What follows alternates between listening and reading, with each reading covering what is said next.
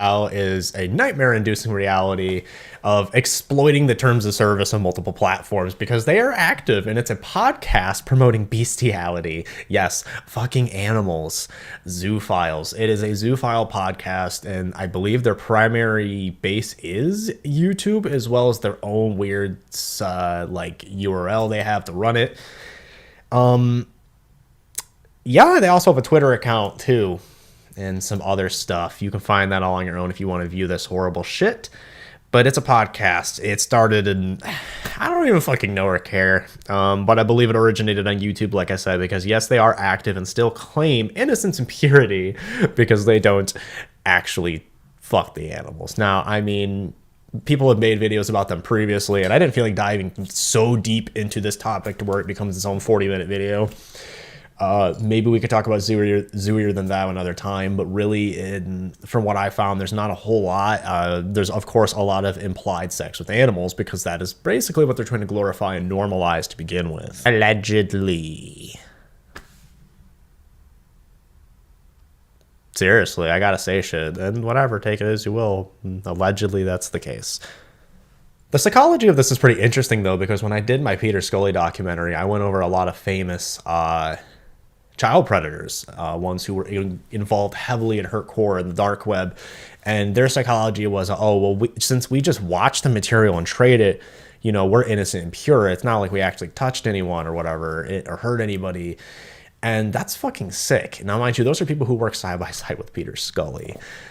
I mean, digitally, but still directly spoke to him and worked with him. So yeah, just keep that in mind. Now, again, I'm not accusing anyone of anything. I'm just giving my 2 cents as to comparing statements, if you will, for people that I definitely disagree with. But this podcast is quite literally what I said. It discusses what is deemed as normalcy and the perils of being a zoo. Yes, remember Kenneth Pinion? You know, the guy that Big Dick killed accidentally. But still, he died from fucking a horse. That guy, Kiro the Wolf, which people who know who that is. Yeah. People who obviously struggle so greatly with their oppression.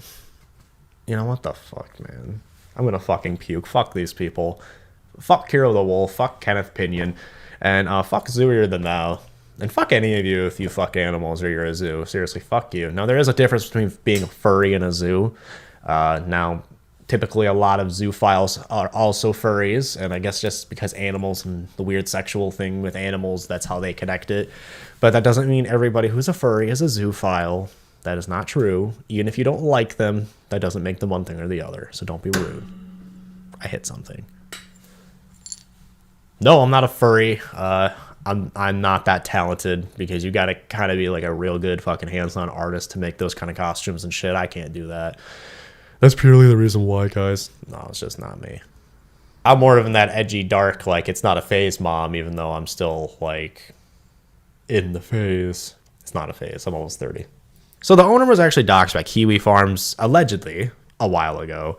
And he hasn't been found to be in any connection to any zoo sadist stuff, which, you know, we'll talk about that stuff more later. And Kiro the Wolf, and how he's connected to that. Furries are complicated too, like, just saying, because I know I have fans out there that are furries, but not total fucking weirdos. But there are some fucking weirdos, and a lot of them happen to fucking hurt animals. I mean, so do people who kill people.